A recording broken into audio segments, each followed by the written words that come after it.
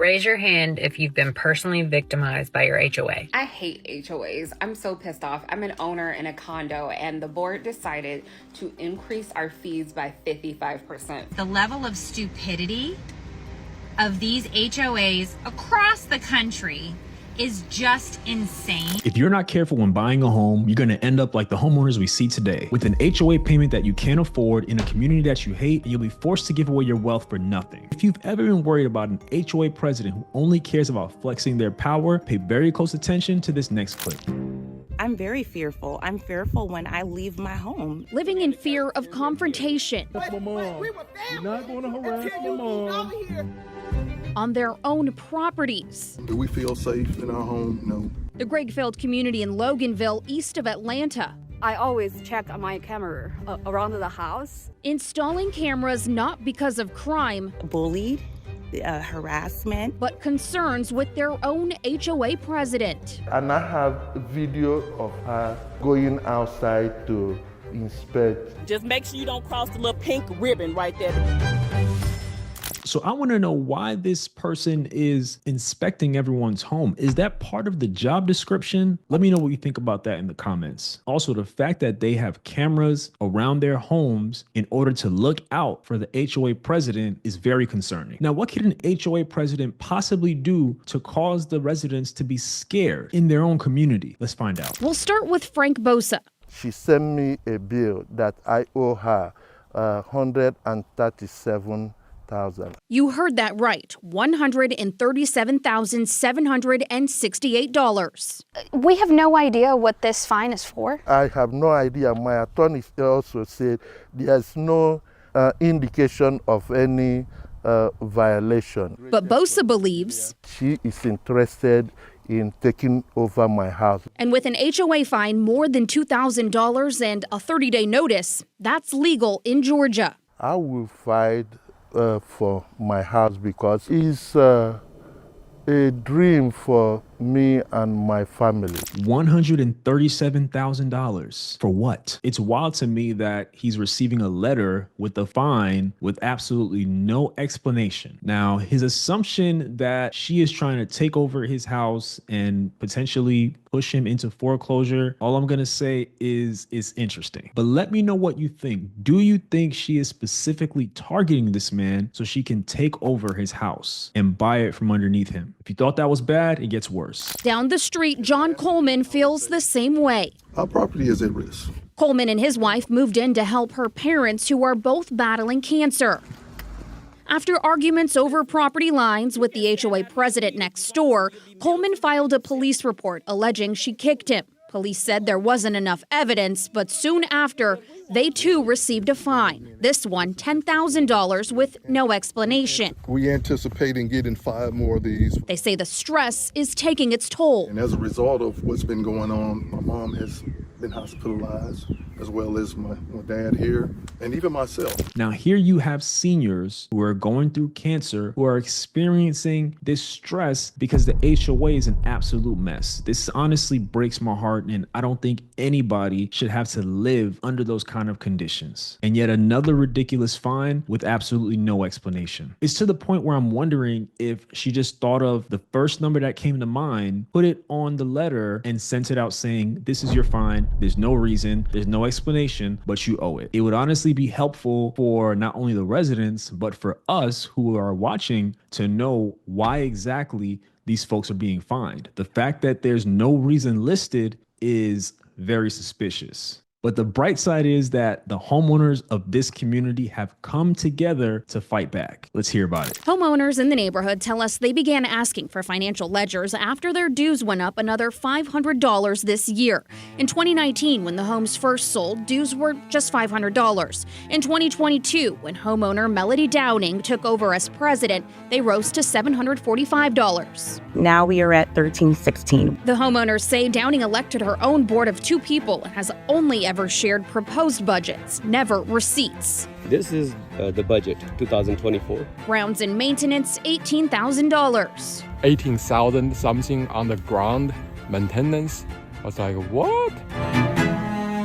The community is only 28 homes along a 0.2-mile-long street. And homeowners say they're responsible for mowing their own lawns, which leaves HOA grounds to the entrance, the mailbox area, and a retention pond. I feel like there could be something bad behind the scene. This year, the board hired a management company and legal to collect dues and fines, a total of $17,000. They also added a $200 special assessment to each home. So the monthly HOA dues went from $500 in 2019 to $1,316 now. That's a 163% increase in just 6 years. Personally, I can't find one good reason for an increase like that in 6 years. Now, I want you to sit and imagine if you had a bill that went from $500 to $1,316 over 6 years, a monthly bill. I'm pretty sure you would not be happy about that. They were very wise to request an opportunity to review the finances of the HOA. In my opinion, they have the right to review the finances and understand where the money's going. Now, for all this money they're paying, over $1,000 a month, the least they could do is make sure that everyone's lawns are mowed. But not only do they have to pay $1,300 a month as an HOA due, they still have to mow their own lawns. I'm just wondering, what exactly do they get for paying all that money? I want to hear from you. If you've lived in an HOA community before, have you ever experienced a crazy increase in your dues from one year to the next? Let me know in the comments. So the news actually did talk to the HOA president. Here's what she had to say. Atlanta News First Investigates spoke with Downing on the phone, but she said she couldn't comment on anything due to pending litigation. This is Downing holding a HOA meeting in the street, explaining residents have 10 days to fix any non-compliance or pay. The consequence of them is going to be $3,500. We do not waive fees. On February 1st, neighbors called a special meeting to vote for a new HOA board, but say Downing made them pay the special assessment and a late fee in order to vote. She said, oh, you paid the $200 special assessment, but you did not pay the late fee for $50. But under Georgia's new Property Owners Association Act of 2024, homeowners can't be denied the right to vote based on outstanding fines, and a late fee can't be more than 10% of the fine. So 10 days for residents to fix issues at their properties, and if they don't do it, it's a $3,500 fine. I just want to know where the $3,500 number came from. What is the rationale behind that number specifically? I also want to know what the $200 special assessment was for. It's honestly a relief to know that the homeowners can't be barred from voting and that there is a limit to how high the late fees can be. I think the one thing we can agree on is that something very strange is going on here. I can't put my finger on it, but it's extremely suspicious. The residents were actually able to select a new HOA president, but unfortunately, the battle's not over. But first, I need you to hit that like and subscribe button. If you want to get better at real estate investing, you got to follow this channel. We held the election. We got the majority vote. And here we are. That's Takesha Allen, legally the new HOA president. We are in the battle of trying to take it over. Now taking the battle to court, they say homeowners who voted for Allen are receiving more fines. I receive a notice saying, you have a unicorn in your garden. You should remove that. I was like, I don't have a unicorn. This is that so-called unicorn, a garden gnome that's been there for 2 years without issue. They and another neighbor also received fines for their cultural and religious decorations. I had some decoration that I do it differently because I'm from a different side of the planet. They say fines keep coming for things like garage doors open or dented and faded shutters. It is unjustified, it is unlawful, and this community is tired of it. I have worked so hard to achieve what I have. It's not by crooked way, it's not by stealing, it's not by fraud. It's hard work. I am so happy that the residents were able to exercise their right to vote for a new HOA president. It's honestly unfortunate that this has to go to court at all in order to get it moved over to the new president, but that's where we are. And let me be honest here. I will never tell you not to live in an HOA community because that is a personal choice. That might be what's best for you right now. However, based on what we've seen so far, it is very important to make sure that the right president is selected. It's also important to understand the finances of the HOA as well as your rights as a homeowner in that community so that you can advocate for yourself if issues arise. The folks in this community did a great job of coming together and getting media attention on their issues. So I got to tip my hat, and I have a ton of respect, and I'm wishing them the best. I hope everything works out with their new president. Unfortunately, HOA Karens can impact children as well. So I just got a letter from my homeowners association because Brian has been fishing in the pond across the street, and they stated that they will be fining us $1,000 because he has been trespassing in people's yards and fishing in a very delicate ecosystem, which is costing the HOA a lot of money.